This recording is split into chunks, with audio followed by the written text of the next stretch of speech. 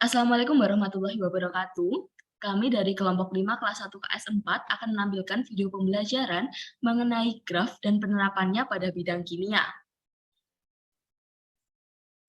Nah, kelompok 5 ini ada 3 anggota kelompok. Yang pertama ada Jihan Maisaroh, kemudian yang kedua adalah Huzaimah Putri, dan yang ketiga adalah Rehdiana Putri Arini. Untuk pembahasan materi pertama akan disampaikan oleh Jihan. Baik, terima kasih. Rehtiana, graf ini merupakan materi yang pernah kita pelajari sebelumnya. Graf ternyata memiliki banyak pemanfaatan dalam kehidupan sehari-hari. Salah satunya adalah pada bidang kimia, yaitu yang akan kita bahas pada kesempatan kali ini. Graf sendiri merupakan suatu diagram yang memuat informasi tertentu dengan tujuan untuk mempresentasikan objek-objek diskrit dan hubungan antara objek-objek tersebut. Graf ini terdiri atas simpul dan sisi. Simpul merupakan titik-titik yang menghubungkan objek. Pada gambar ini dapat disimbolkan dengan lingkaran berangka 1, 2, 3, 4, 5, dan 6. Kemudian edge atau sisi adalah garis-garis yang menghubungkan simpul-simpul tersebut. Next. Graf ada yang didasari oleh ada tidaknya gelang pada graf. Dibedakan menjadi dua, yaitu graf sederhana dan graf tidak sederhana. Graf sederhana hanya memiliki sisi berbentuk garis lurus dapat dilihat pada gambar pertama. Lalu graf tak sederhana dibagi menjadi dua, memiliki sisi ganda, yaitu kedua sisi menghubungkan dua buah simpul yang sama, dan juga memiliki sisi gelang, yaitu sisi yang berawal dan berakhir pada simpul yang sama. Pada gambar bagian kedua, dapat dilihat pada gambar pertama dan kedua merupakan contoh graf ganda, dan gambar ketiga dan keempat adalah contoh graf semu. Next. Kemudian, berdasarkan orientasi arah dan sisinya, graf dibedakan menjadi graf berarah, yaitu contohnya pada gambar pertama, dan juga graf tidak berarah, contohnya pada gambar kedua. Next.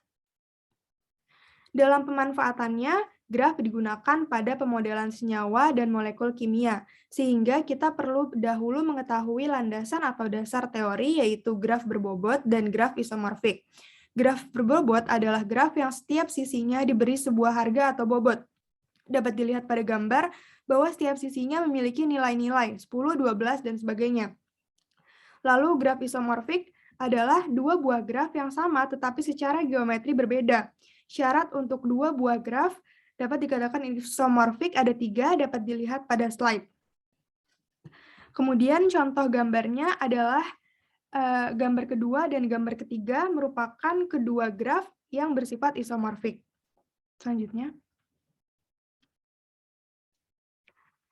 Selain itu, pada bidang kimia, graf juga digunakan pada kasus penyimpanan zat kimia, yaitu dengan memanfaatkan pewarnaan graf. Adapun pewarnaan graf adalah metode pewarnaan elemen dari sebuah graf yang terdiri dari pewarnaan simpul, sisi, dan juga wilayah. Pewarnaan simpul pada graf adalah untuk memberi warna pada simpul-simpul suatu graf, sehingga tidak ada dua simpul yang bertetangga yang memiliki warna yang sama. Dapat dilihat pada gambar. Oke, selanjutnya. Materi selanjutnya akan disampaikan oleh Rehtiana, silahkan.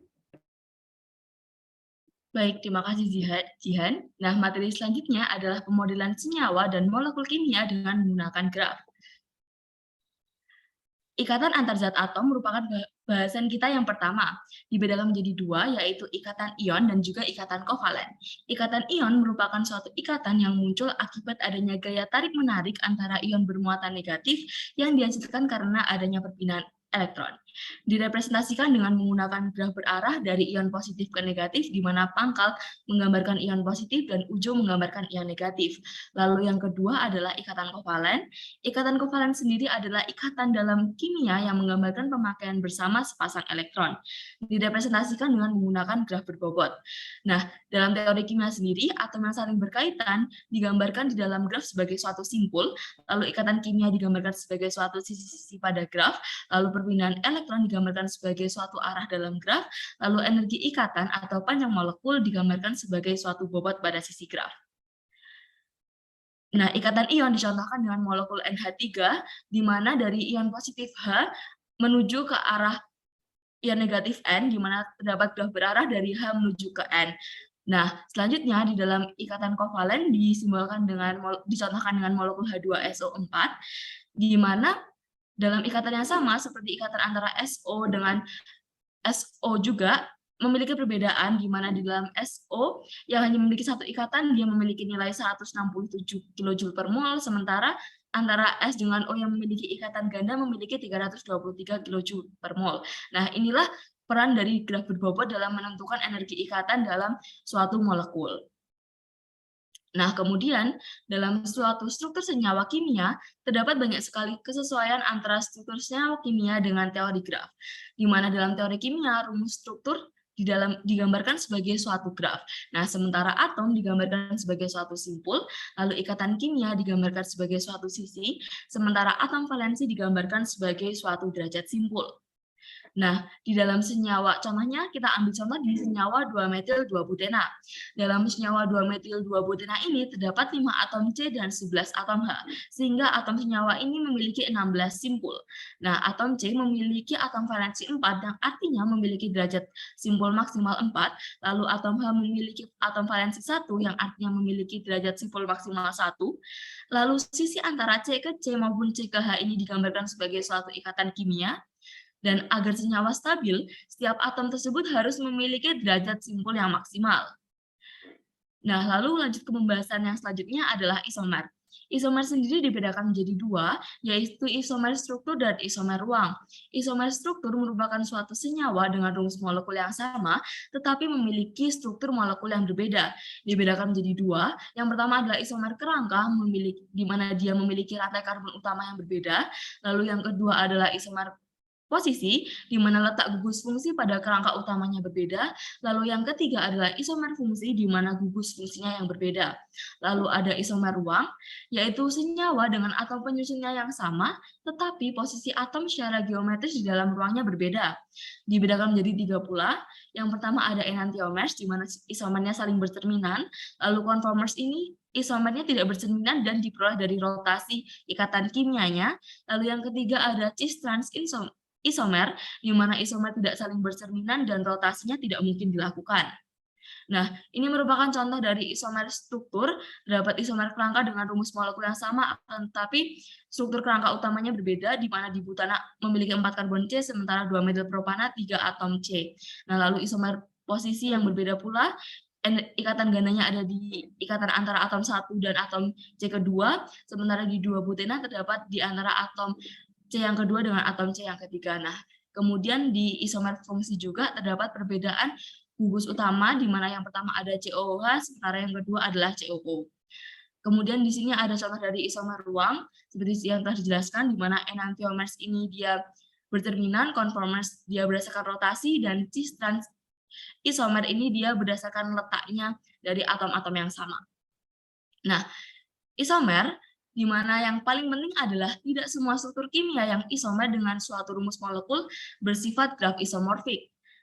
Nah, contohnya ada isomer graf yang tidak isomorfik, yaitu C8H18, ada struktur oktana dan 2-metil heptana. Nah, pada struktur yang bersesuaian, simpul bertanda kuning menunjukkan simpul yang berderajat 1, sementara pada graf 2 yang bersesuaian, simpul yang bertanda hijau ini menunjukkan simpul yang berderajat 4.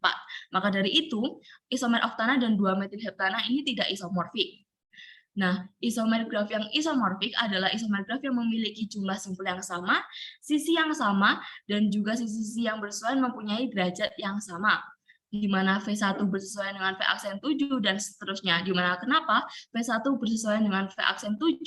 Karena V1 ini dia memiliki derajatnya 1 dan juga dia memiliki sisi tetangganya simpul, yaitu simpul yang berderajat 3. Nah, kemudian selanjutnya V2 dengan V aksen 6 dan seterusnya. Nah, pembahasan selanjutnya akan disampaikan oleh Huzai. Baik, untuk aplikasi graf selanjutnya yaitu ada pada pewarnaan pada penyimpanan zat kimia. Bisa di next. Kasus penyimpanan zat kimia yang memerlukan tempat khusus agar sebuah zat tersebut aman dan tidak membahayakan adalah salah satu penerapan dari pewarnaan graf dalam kehidupan. Bisa di next. Nah, dalam kasus ini, kita menggunakan algoritma Wells-Powell yang merupakan salah satu algoritma untuk menyelesaikan kasus pewarnaan graf dengan ringkas. Meskipun tidak selalu memberikan jumlah warna yang minimum, algoritma ini cukup praktis dan hanya cocok digunakan untuk graf yang ordenya kecil. Langkah-langkahnya yaitu urutkan derajat simpul graf G secara menurun, tetapi derajat bisa tidak unik. Gunakan sebuah warna untuk mewarnai simpul dengan derajat tertinggi dan simpul-simpul yang tidak bertetangga dengan simpul tersebut. 3. Gunakan warna lain untuk mewarnai simpul dengan derajat tertinggi berikutnya. 4. Ulangi langkah hingga semua simpul terwarnai. Jadi next. Nah, prinsip pewarnaan pada zat kimia yaitu memakai warna optimum yang artinya kita memakai warna selanjutnya ketika warna sebelumnya tidak dapat digunakan lagi. Kedua, mewarnai simpul, karena mewarnai zat kimia artinya mewarnai simpul pada graf. Yang ketiga, dua simpul bertetangga tidak boleh berwarna sama. Jadi next. Nah, contoh kasusnya yaitu ada 7 zat kimia yang perlu disimpan di dalam gudang. Beberapa pasang dari zat itu tidak dapat disimpan di dalam ruangan karena bersifat eksplosif. Untuk zat yang semacam itu, perlu dibangun ruang-ruang terpisah yang dilengkapi dengan ventilasi dan penyedot udara keluar yang berlainan. Nah, jika lebih banyak ruang dikeluarkan, artinya lebih banyak ongkos yang dikeluarkan pula. Berapa banyak minimum ruang yang diperlukan untuk menyimpan zat kimia dengan aman? Tabel di samping ini merupakan tabel yang menunjukkan 7 zat kimia dengan zat-zat kimia yang tidak dapat bersesuaian dengan zat kimia tersebut. Di next. Nah, tabel sebelumnya bisa kita tulis ulang menjadi tabel seperti ini dengan cara membacanya, yaitu zat kimia A tidak dapat disimpan bersama dengan zat kimia B dan D, dan seterusnya. Nah, dari tabel ini kita bisa merepresentasikan melalui graf, yaitu dengan 7 simpul karena ada 7 zat kimia, dan antara simpul yang tidak dapat disimpan dalam ruangan yang sama kita buat bertetangga. Contohnya zat kimia A yang tidak dapat disimpan bersama dengan zat kimia B dan D dibuat bertetangga. Simpul A dibuat bertetangga dengan B, dan simpul A bertetangga juga dengan simpul D, dan seterusnya hingga semua sudah digambarkan. Jadi next. Setelah menggambarkan graf, kita tentukan derajat untuk masing-masing simpul. Simpul A memiliki derajat 2, simpul B memiliki derajat 5, dan seterusnya. Karena derajat yang paling tinggi adalah derajat 5, yaitu simpul B, maka kita warnai dengan warna pertama, yaitu warna merah. Dan simpul yang tidak bertetangga dengan simpul B, yaitu simpul C, kita juga warnai dengan warna merah. Karena sudah tidak ada lagi simpul yang bertetangga dengan simpul B, maka kita cari simpul yang berderajat tertinggi selanjutnya, yaitu simpul E, D, dan G dengan derajat 3. Karena derajatnya sama-sama 3, kita dapat memilih salah satu. Misalkan kita ambil simpul D, kita warnai dengan warna kuning. Lalu, simpul yang tidak bertetangga dengan simpul D, yaitu simpul E dan G, kita bisa memilih salah satunya juga karena memiliki derajat yang sama. Misalkan kita ambil derajat G, misalkan kita ambil simpul G, warnai juga dengan warna kuning. Nah, karena masih ada simpul E yang tidak bertetangga dengan simpul D, tetapi dia itu bertetangga dengan simpul G, maka simpul E diwarnai dengan warna yang lain, yaitu warna hijau. Simpul A dan simpul F yang tidak bertetangga dengan E juga diwarnai dengan warna hijau. Kesimpulan dari pewarnaan graf ini, kita mendapatkan 3 warna yang merepresentasikan 3 ruang penyimpanan, yaitu ruang merah, kuning, dan hijau. Dengan ruang merah menyimpan zat kimia B dan C, ruang kuning menyimpan zat kimia D dan G, dan ruang hijau menyimpan zat kimia A, E, dan F. Sekian dari video pembelajaran singkat kami, kurang lebih mohon maaf. Wassalamualaikum warahmatullahi wabarakatuh.